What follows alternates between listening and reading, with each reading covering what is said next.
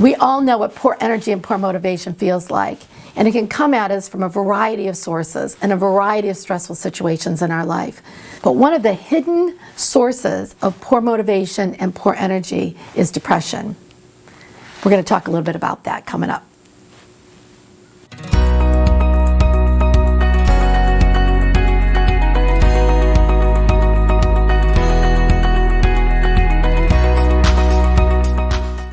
So let's dive in and talk about depression and poor motivation.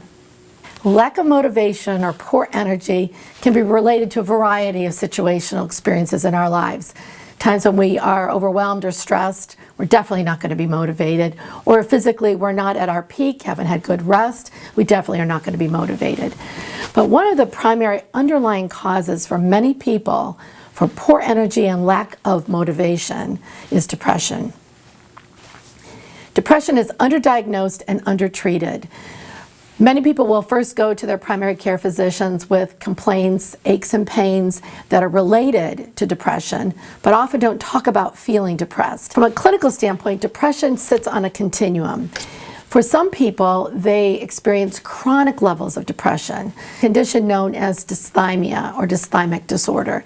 These are people who will tell you that from childhood or early adolescence, experience a level of depression that was chronic. They could function, but it sat right underneath the surface. So feelings of poor self-esteem, no energy, no motivation, difficulty concentrating, feeling afraid of circumstances that they had to put themselves out there. Definitely a fear of failing. This level of chronic depression is particularly problematic because people function.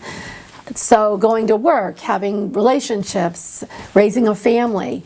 But this depression that sits under the surface can rob you of your ability to actively engage in good self-care. Because certainly when somebody feels flat and no energy and not motivated, they do the things that actually add to that feeling. So they're not exercising, not getting out there and meeting people or engaging in social interactions.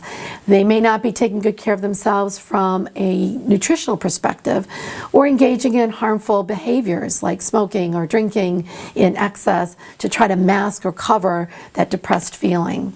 There's major depression, and the symptoms of major depression are things that can be related to chronic depression as well, but more acute, interfering with your ability to function. So difficulties with sleep, with appetite, energy, motivation, feeling depressed and sad most days, having difficulty getting out of bed, starting to have difficulty with your work or with relationships. And then of course that feeling that of hopelessness and helplessness, thinking that life is really not worth living, suicidal ideation or thoughts, perhaps even suicidal gestures, are all things that can certainly be part of a major depression. With major depression, there is something called anhedonia, which means loss of desire or interest in things that you previously enjoyed.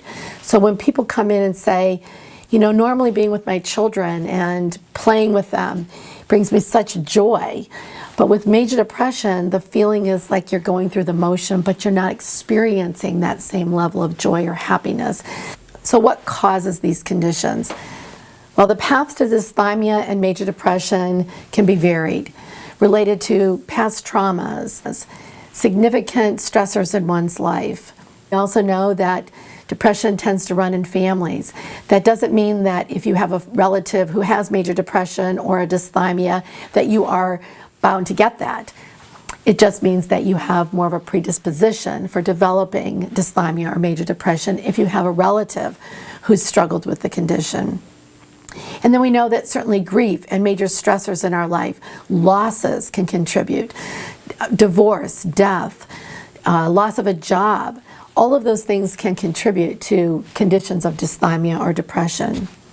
So how do we find our way out? How do we improve and elevate our mood and these symptoms to recapture our motivation and our energy?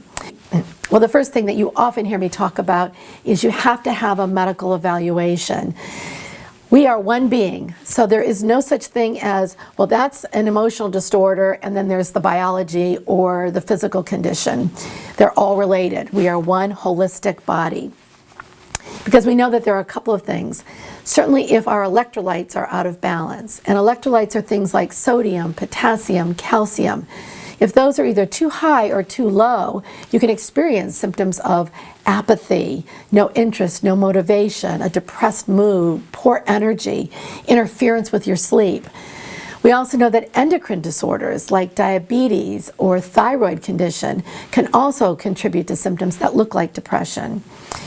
And then there's the vitamin deficiencies. If you're eating a well-balanced meal, the likelihood of you having vitamin deficiencies is fairly low. But certainly we know that vitamin deficiencies, thiamine, niacin, and the B vitamins can also interfere with our mood and our ability to regulate our energy and our motivation. Medically being evaluated for the possibility of medications. We know that depression and certainly dysthymic disorders can have a biological underpinning, meaning that neurotransmitters can be dysregulated. We know that medically being evaluated for the potential use of a medication that will regulate these neurotransmitters, serotonin, dopamine, norepinephrine, that can help the mood regulation. Even if it's just to jumpstart and reset the brain for a short period of time, medications can be helpful. Next, we know that our thoughts drive everything. Our thoughts drive our emotions. Our thoughts drive how we cope. Our thoughts interfere with our ability to be resilient and after we've had setbacks. We know that our negative thoughts and the things that we say to ourselves, beating up on ourselves, reminding ourselves what losers we are because we're not motivated and we're sitting on the couch and we're not doing anything to achieve our goals. All of that circular negative energy only fuels the depression. Making sure that we're using strategies to shift that negative thinking is also very important. And if you need some help with that, you can click on this video where I talk a little bit more about changing that negative conversation that you're having with yourself. And finally, seeking help. Now, I know there are sometimes people will say, I don't even have the energy to get up, to dial the phone, to make an appointment. I don't have the resources to go into therapy. There are a lot of places, free clinics, places that have sliding fee schedules, but seeking professional help is necessary to improve your strategies for coping, to unpack the things that you might be struggling with that's contributing to the depression. And reaching out for other help and support, not just from a professional, but potentially from friends or colleagues or support networks with other people who are going through similar conditions or situations. Isolating yourself, sitting on the couch, laying in bed, feeling alone as if you're the only loser in the world who has no energy, no motivation, beating up on yourself will only continue to snowball and become a self-fulfilling prophecy. You are not alone. There is help and there is support. Reach out. If you found this information helpful, please consider sharing it with a friend that might need to hear this message. And don't forget to hit the subscribe button and the bell to be notified every time we post another video here every Friday.